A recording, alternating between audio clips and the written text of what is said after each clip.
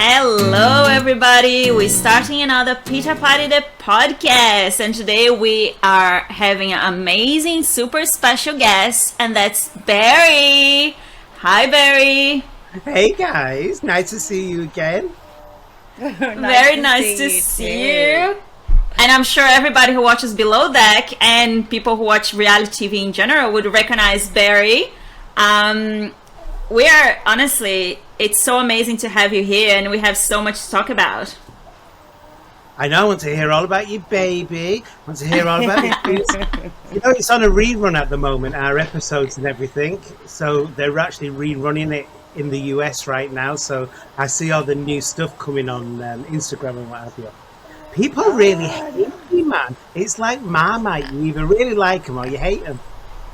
Well, I know. Well, we're going to talk about that in a few minutes, but we thought we'd go back to the start and kind of ask a bit about your past and, you know, how you got into the media, how you got onto Below Deck, and kind of let people know a bit, you know, where you came from, how you got to America.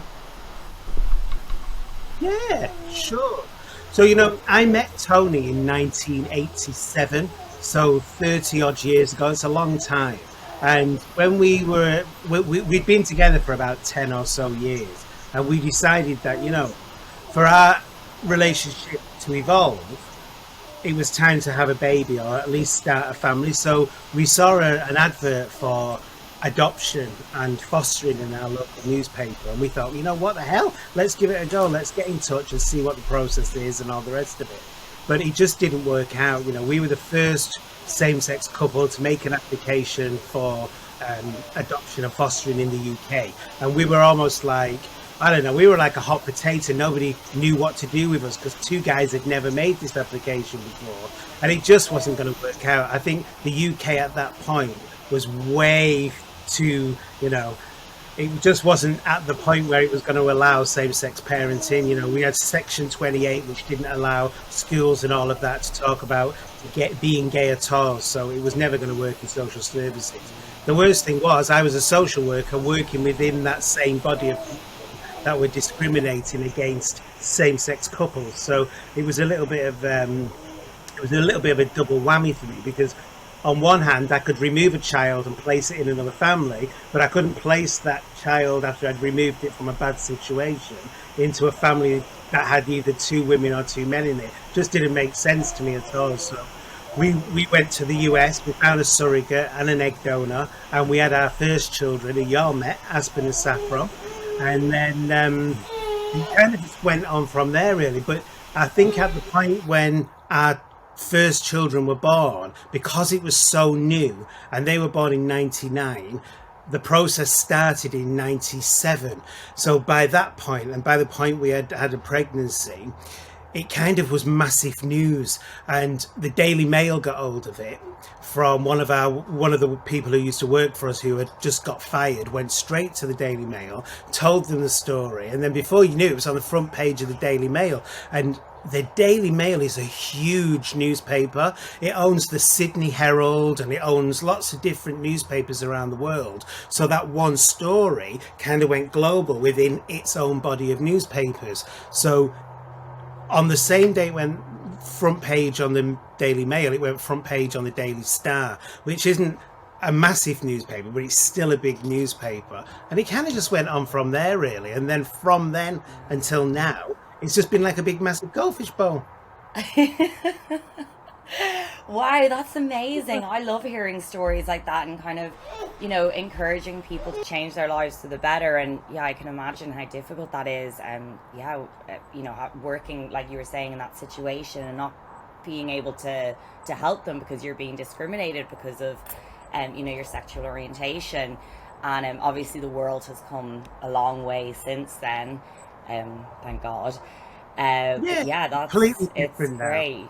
Yeah, very, very cool story. And people like Elton John and all of those people, they're all having babies, you know. So, and that helps. The more well-known the person is that's going through the process, it seems to become then more acceptable. So here we are today. Yeah, unfortunately, celebrities and influencers kind of pave the way for what's acceptable, which is a scary thought. Barry's family is the first influencer family. Really? Well, yeah, I guess. Were you there before the Kardashians? Oh, we were there. Well, what a cool story. And then I guess, so did that lead you to living in the US? Kind of. We were going backwards and forwards to the US anyway, because we literally just started our first business at the time. So we opened up an office in the US and we were going backwards and forwards. And, you know, a couple of years before we started our business, even thinking about surrogacy would have been a massive no-no for us, because, you know, Tony and I were not born into a family that were really wealthy.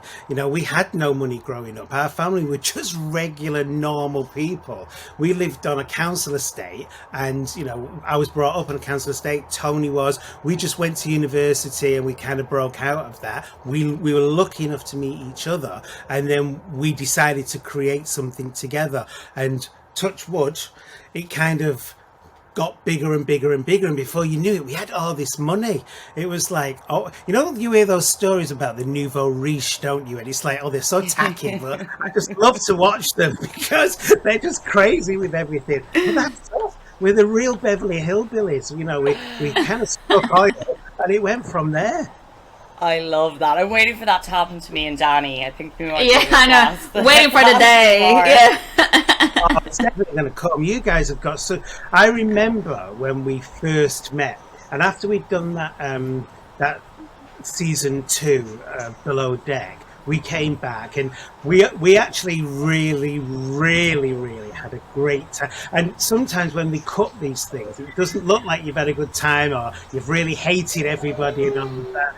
And I actually felt really sorry for like Natasha, because we came across like we really disliked her. We were being really hard on her. And to be quite honest with you, at first I didn't particularly like her at all. I thought she was a jumped up little prick.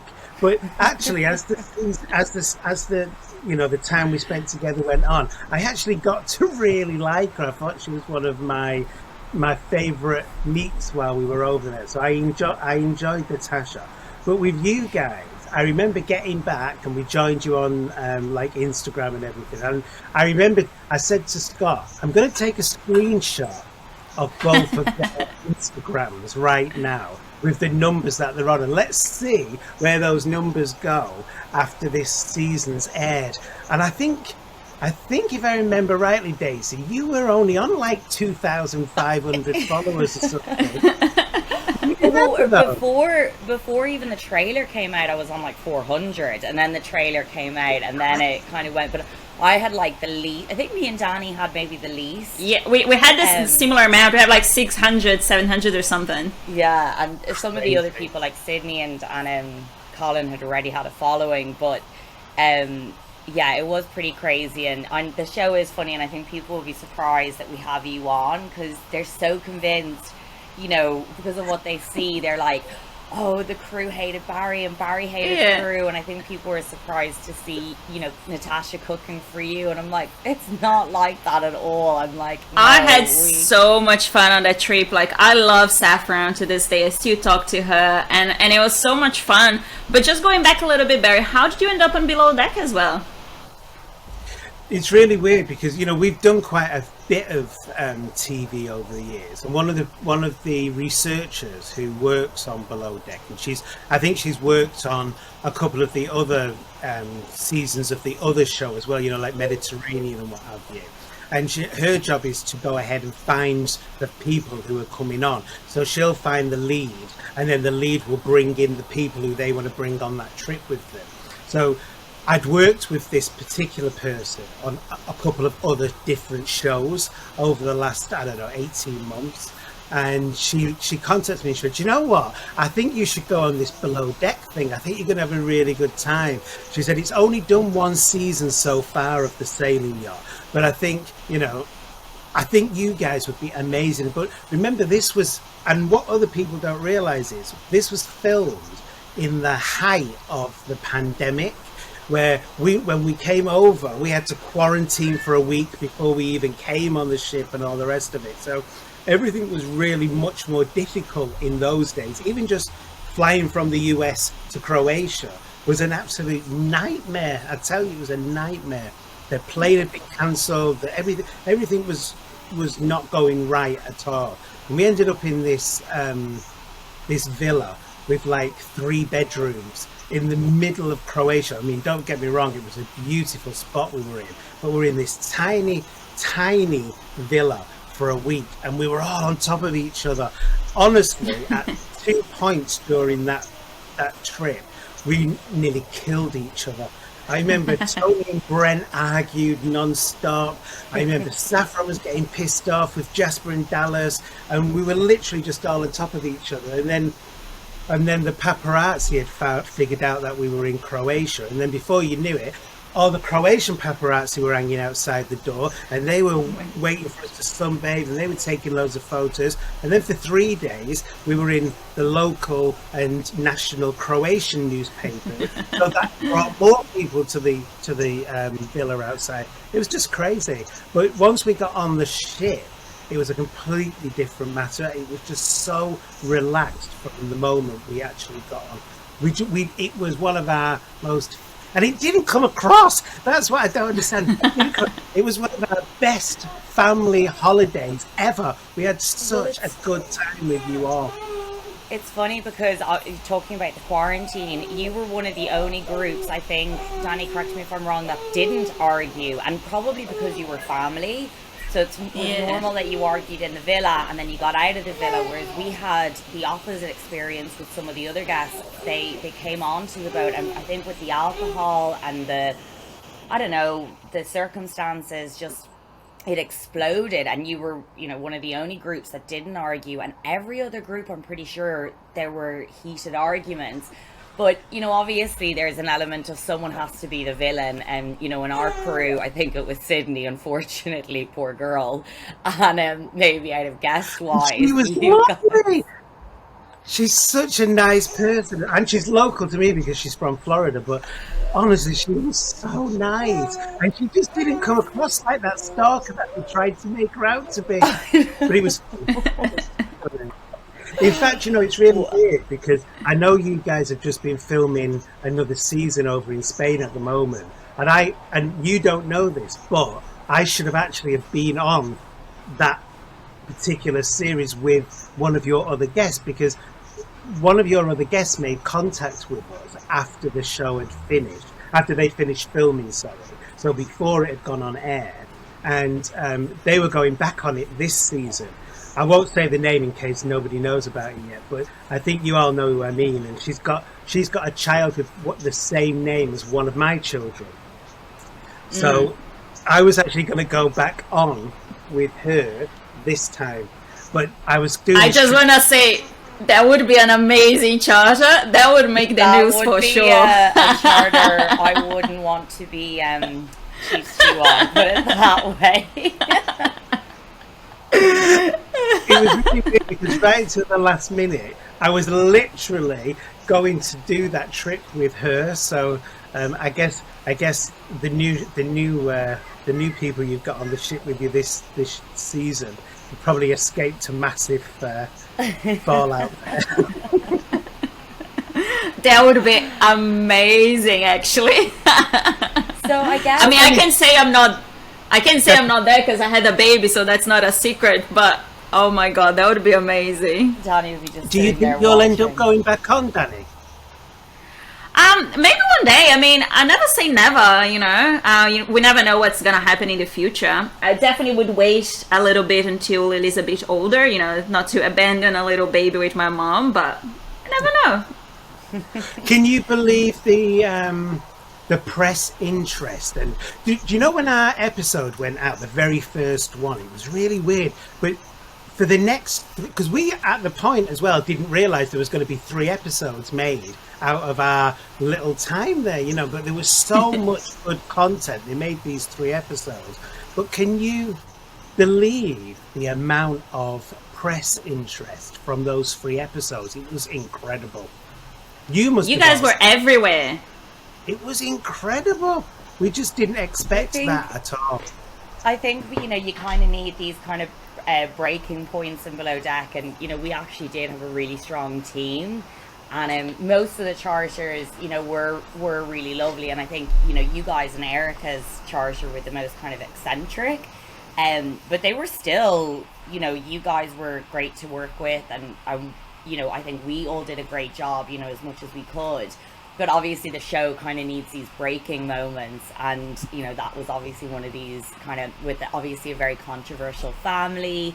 And, you know, which is always I mean, I don't really care. I think it's great. I think, you know, to have a family with all this love and, you know, kind of it's interesting, it's exciting, you know.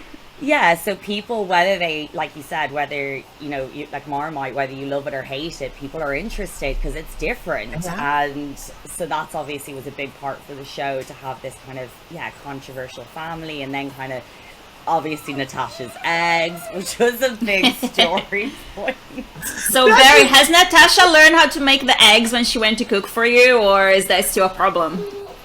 Yeah, I think it's going to be still a problem. She still doesn't get it that you don't stick that much swimming hollandaise. But it wasn't even, it was the whole eggs Benedict, and I was like, you just asked for poached eggs, and you're obviously English, so a few of those conversations between me and Natasha, what people don't get, it was a language barrier in the sense, or a culture barrier in the sense that she would say, no, or poached eggs always have hollandaise sauce, and I'm not American, so I was like, okay, maybe they do. I don't think they do, but I was like, whatever, you seem so sure of it. And I'm like, well, Barry's English. And this, you know, obviously you see a second, but this kind of went on in the galley, and I'm like, look, Natasha, I'm Irish, and I'm telling you, he asked for poached eggs, and she's like, nope. And I was like, okay. I was like, well, I'm free.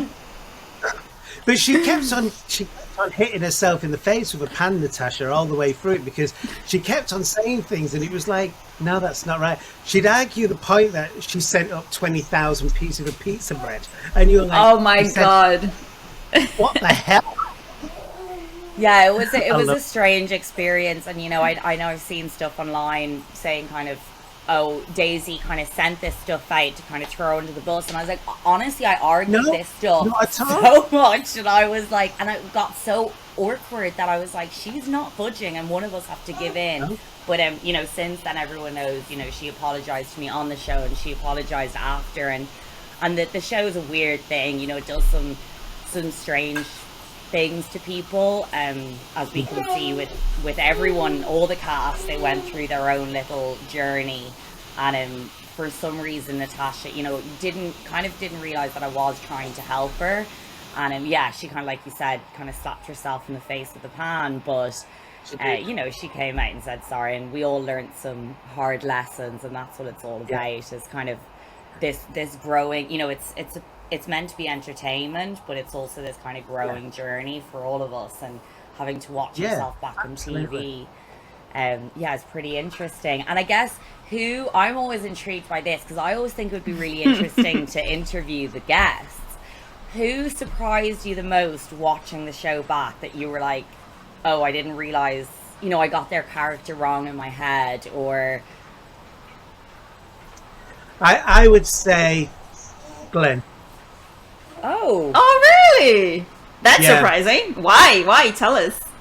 Because I think he comes across really nice always, and you know, I think he's very conscious about coming across really nice. But he made one comment that I didn't like, and it got caught up on the camera, and you don't see everything, do you, when people walk off and they say things, and he made one comment because I was on my phone, and I think he expected me to just put the phone down and have a conversation with him, and it's like, hang on a minute, you're the captain of a fucking boat, don't tell me I've got to put my phone down when I'm running a multi-million-dollar a year business and I'm trying to send an important message out to somebody, and you walk off saying rude, and I just didn't like it at all. I thought he was a two-faced bastard, and I just there was just something about him I didn't like. Oh, fair. I mean, you know, I will say, in Glenn's defense, the only thing about part of the show, because I got this as well with Erica's charter, some of the ladies, when they were arguing at the table and I walked off and I said, like, for fuck's sake or something, or would they just I think I said, would they just shut the fuck up?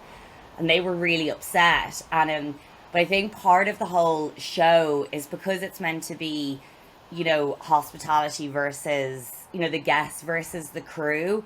I think sometimes, because I felt bad that these ladies were so upset by what I said, and I was like, well, no, that's the whole point of it, is that, you know, we're supposed to be to your face like, oh, la la la la la, and then we walk away, which is kind of the concept of the show. Obviously, watching, it's not nice. That's real life. That's real life. That's what everybody in hospitality does. Yeah. They smile on your face, they be super nice, and then they turn around, it's like, oh my God. Yeah, and I felt awful because I was like, you know, and at that stage I was like running, you know, I was 20-hour days where they, you know, we go out, turn the boat around, and I was like, it really wasn't anything personal. It was like, and it's more like, you know, for fuck's sake, or rude or whatever, because you're just tired and it's easy to take it out on the guests. But I do understand watching, and it was hard, like, you know, I had a fallout with Gary because of the way he spoke about me behind my back, and we all, you know, had, you know, I know Ali and Sydney had a huge fallout because, you know, of the way they spoke about each other. I was even upset with Sydney with some of the things she said. So I think, you know, at some stage during the show, we're like, what, that fucking prick? I'm like, who do they think they are? No, but that's interesting. But what people don't realise is it is reality TV, and anybody who's done reality TV or is in reality TV, they understand that to get the airtime, you have to have that controversial moment, because if you're just the wallflower, you're just not interested, and the camera is just going to skirt by you all the time. And the whole point of doing a reality TV show is to actually get involved in it. And I think that's what we all try to do, the cast, the guests, everybody. And so I think that's what made our 3 episodes really exciting for us. I think it was just good fun. Yeah, and I agree. I think as well, I think what people also forget, because people always ask, like, oh, is it scripted? And I'm like, well, no, because they've gone out of their way to cast extroverted people and extroverted. So even if we're not seeking screen time, we can't help ourselves because we're extroverts. Like, if I think something, I can't help it but say it. And you just wanted the attention. You just want to. That's how you are. You want to be around people. You want to talk. You want to be there. So it's so really we don't funny. need to create the drama. And same with the guests. They're gonna get people who aren't camera shy, who aren't afraid to say what they think. So yeah, it's a very delicate recipe of a bunch of extroverts. It is. You know, it's really weird because they bring all these psychologists in before we go on and all of that, and we get talked to and everything like that. And they must be matching our personalities up with who they know the cast are already. So they're kind of thinking, right, he's going to spark a couple of buttons with these ones. And, you know, so I guess they know what's coming. Yeah, absolutely. I totally agree. And going from the show, Barrie, you did something amazing there, that you got engaged with Scott, and that was so beautiful and so nice. Where are you guys at now? Are you guys getting married? Have you guys got married yet, or? No, we haven't. Actually, that's planned for next year. The problem is, well, it's not a problem at all, actually. It was a wonderful thing. We had a baby, and what people don't realise or know, well, they will know at the weekend, because the Daily Mail are actually running a story on us on Saturday, actually, so look out for that one. But I'm going to break it right now anyway. So Scott and I are having another baby, so hopefully after that was Barrie, we lost you for a second. You got up to the point where you're gonna, I'm gonna break it to you, and then it stopped. Well, I shouldn't say it. Oh no! Go ahead, no! Oh, don't do that. So we're having another baby. Oh, congratulations! Amazing. Wow, congrats! That's amazing news. Scott's in the background saying shh. Oh, that's really that's great awesome. News. Thank you. So so when is the baby due? When are you, so what's happening with the wedding? Have you got a date set, or what's kind of going on? Well, obviously a very busy year ahead. Well, I can't say anything about the baby because I have actually signed an exclusive with somebody and I'm not really allowed to say it more. That's perfect. But you know what? The podcast goes out after Saturday, so. Yeah. Okay. And then, well, actually, you know that loads of people are more interested in who Dani's baby's father is than... This is about you, Barrie. We're interviewing you. But did you actually announce who the father was officially? Well, I'm going to say what I said in the reunion. That's when the baby was conceived, and I only slept with one man, so... Oh, so you only slept with one man? Yeah. What? Dani's only had sex You with one man in the last year and a half. Oh, yeah. Literally. I tell you what, you were the only female cast member on that ship that actually only slept with one man then. Well, she slept with a woman as well, but you can't get pregnant from a woman. Yeah, unfortunately, Ali is not the father, which is a shame. No, she's the only one. Sydney only slept with one person. Yeah. Did she? Yeah, she only slept with Gary. No. Yeah. No. Yeah. No.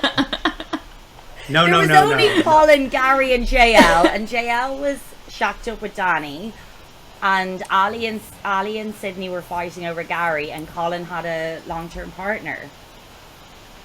That's why they were all there's still one other guy that you didn't mention there, and I'm sure something happened.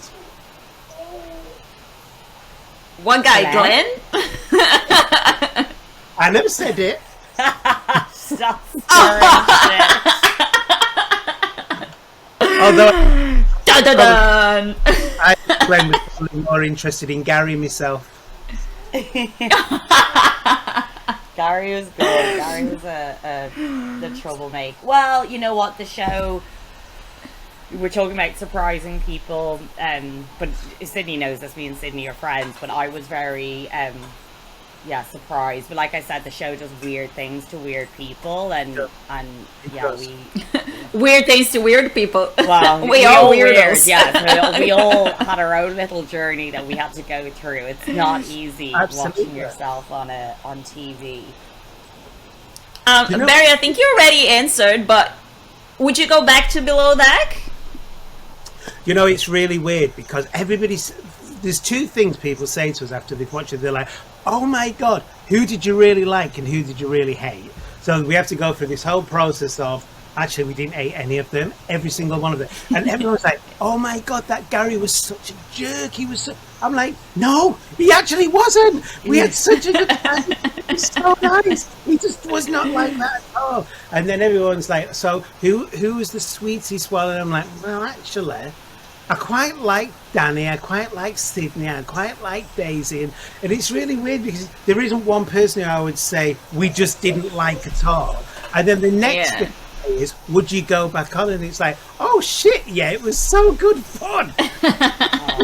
Well, you know, I think that's, it's a testament to our crew as well, is, our job is to be professional and to make the guests feel welcome and to be nice. And, despite our own personal drama, I think that's why our season was such a huge success, was because everyone was like, you know what, despite their personal drama, professionally they did amazing, and that's what we were there for, and all of us really cared about our jobs. And I think everyone, I did like everyone. Yes, there were people that I grew naturally closer to. Like, I'm pretty sure I didn't speak to JL the whole 6 weeks, but I did not like him.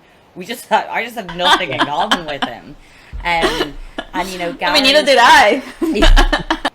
Well, you didn't need to speak. The lights were off. And people, message me about Gary all the time as well. It's like, he's such an asshole. I'm like, no, he's not. He's just a guy in his 30s. He fucked up the first night. Sydney's not crazy. She had feelings for someone. She was embarrassed, getting rejected. Like, these were all really natural things that we did. And that's why reality TV is popular, is because the public get to relate and get to go, oh, I'm not the only crazy one, you know. So people are always so shocked when we're all like still friends, or same with me and Natasha. They're like, I can't believe you and Natasha. I'm like, what? I'm not gonna, on a professional basis, yes, it was difficult, but where's the fun in learning and growing, and if we're all going to be perfect. So we loved having you on board. It was literally one of the most fun week. Yeah. I love the parties and everything. Yeah, it was so much fun.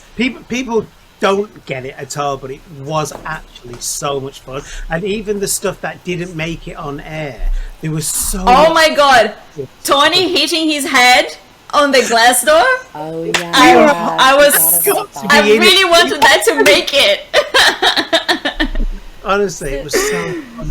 So tell us what your you guys... Yeah, go on. I'm sorry, were you guys like shocked with the amount of... Were you shocked with the amount of, I don't know, interest that the show actually... Because this was your guys' first time in reality TV, wasn't it?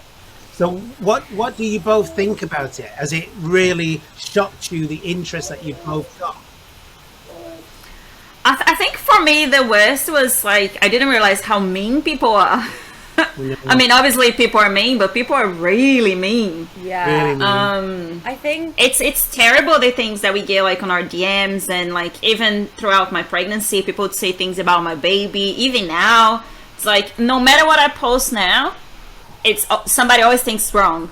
If I say the sky's blue, somebody's gonna say, why are you saying the sky's blue? Sometimes it's gray, like it's insane. I think with the more, you obviously have a lot of followers, Dani, and I think with the more followers you get, the more, unfortunately, negativity you get. And I think, I agree with Dani. You think you're prepared for what's going to come, and then it happens, and you're really not. No.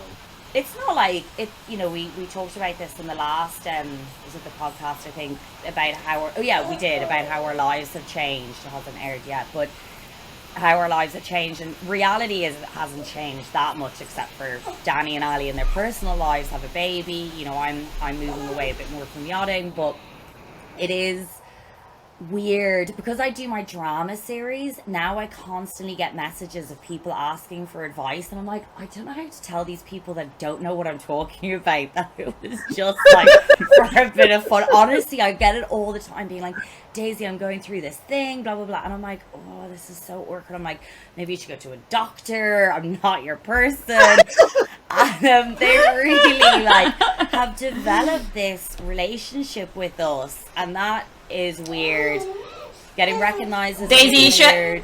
You should have a disclosure, Daisy. You should be like, I'm not responsible for any actions you take of anything I say. I know, exactly. Because otherwise people are gonna say, I did it because of Daisy, so it's your fault. I know, exactly. I agree. It's a bit scary, but it's, I think we've all kind of enjoyed the journey, and we'll see what happens. But yeah, people can definitely, luckily enough I didn't get pregnant, so no one talks about my baby. So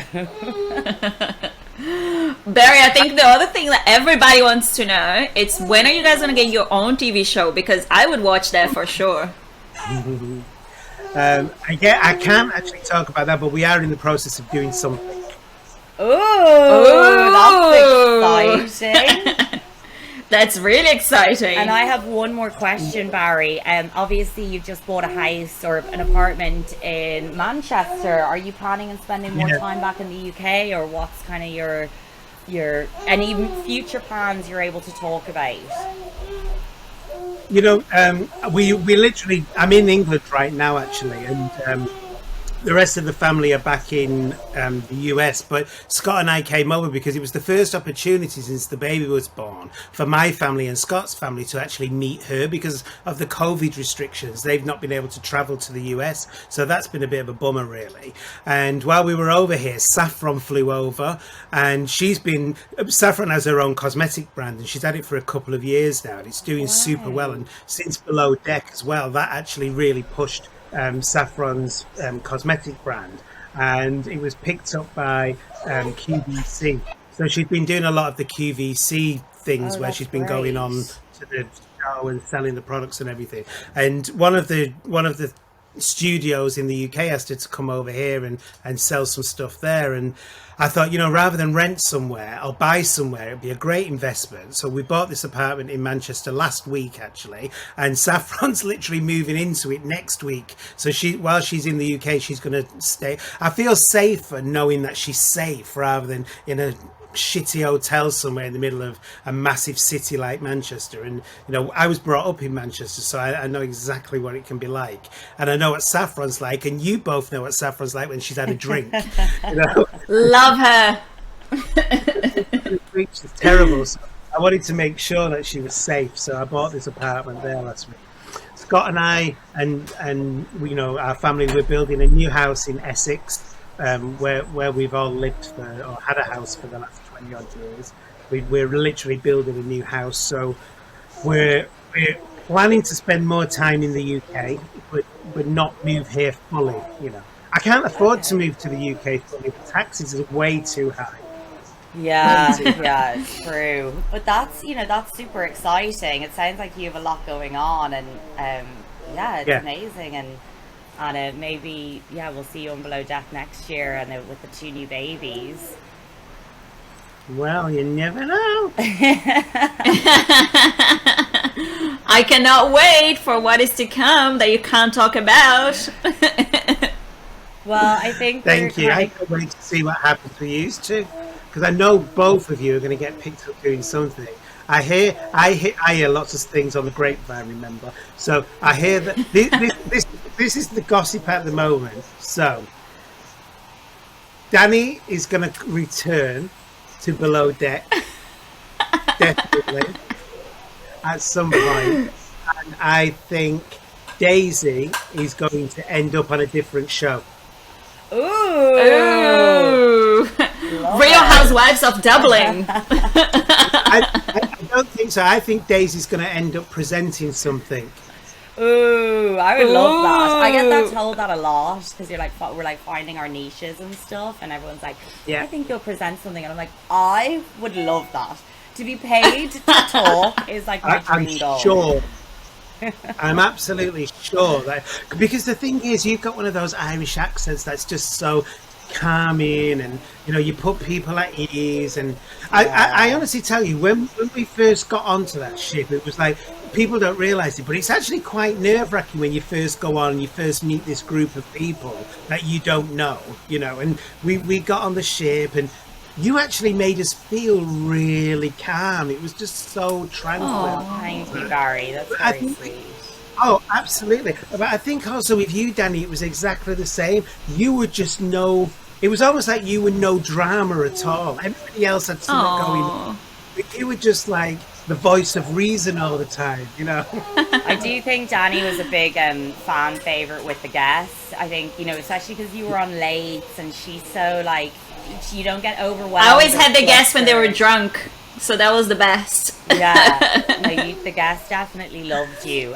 Ali was still learning, so she was still kind of getting into that, but I definitely think from what I could see, the guests really enjoyed Dani, and obviously she's been doing this. I enjoy the guests. There's nothing best than getting paid to make people drunk. Just have another shot. Have fun. It's so much fun to watch. I know, it was kind of cool, because I think Dani was able to take kind of the guests under her wing, and because I think people don't see how much drama I deal with the crew, so I think it was kind of easy for me to be like, okay, Dani, and she loved it and was so great at it, and I'd be like, okay, the guests are yours, and then I was dealing with the Natasha thing. That took up most of my time, to be honest.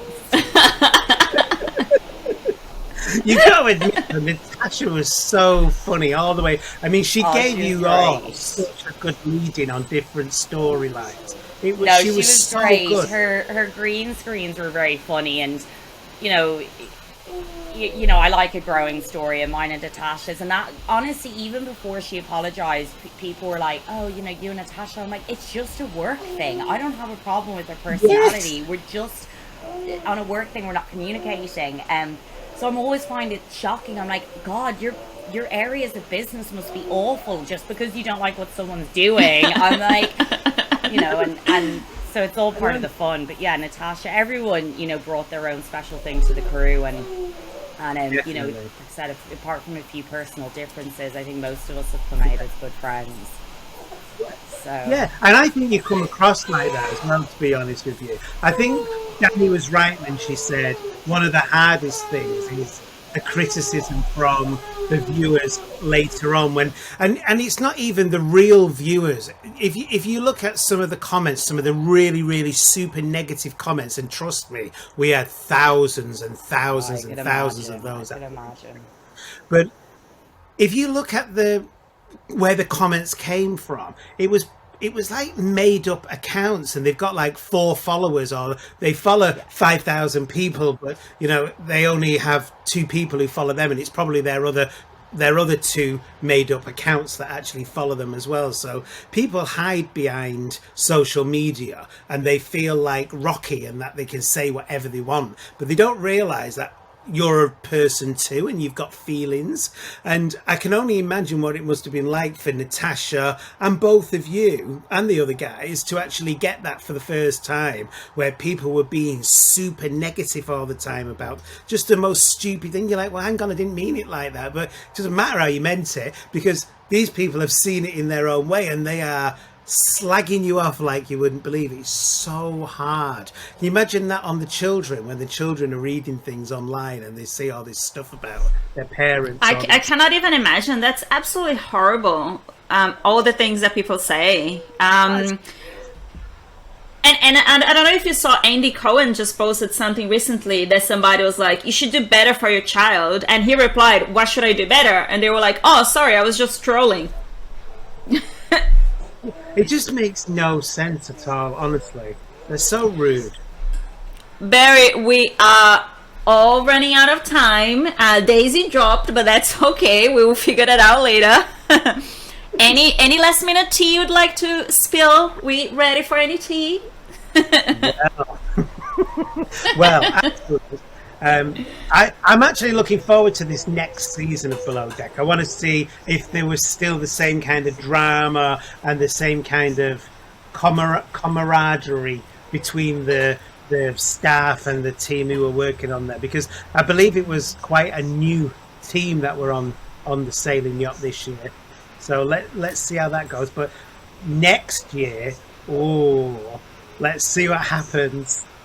Oh, so exciting. I can't wait. Say hi to everybody. We love your family, and we all had so much fun. And thank you so much for being here. We appreciate that a lot. Oh, of course. But, you know, just before we go, let me just say one thing. I really, really, really appreciate everything that you all did on that charter for us. It was incredible. I think you all did such a fantastic job. And, you know, the underlining thing for us going on that boat in the first place was actually Tony's health. And, you know, he's had such a rough time over the last 5 or 6 years. And he recently caught COVID and became really sick.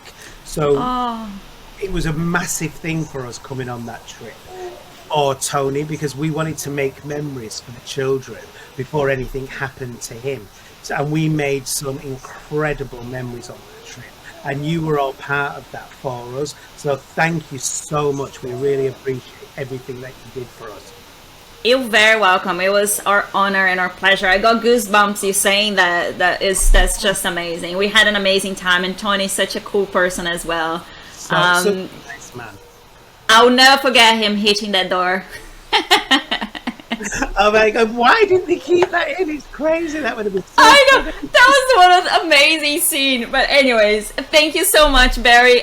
We look forward to all the new things you have up your sleeve.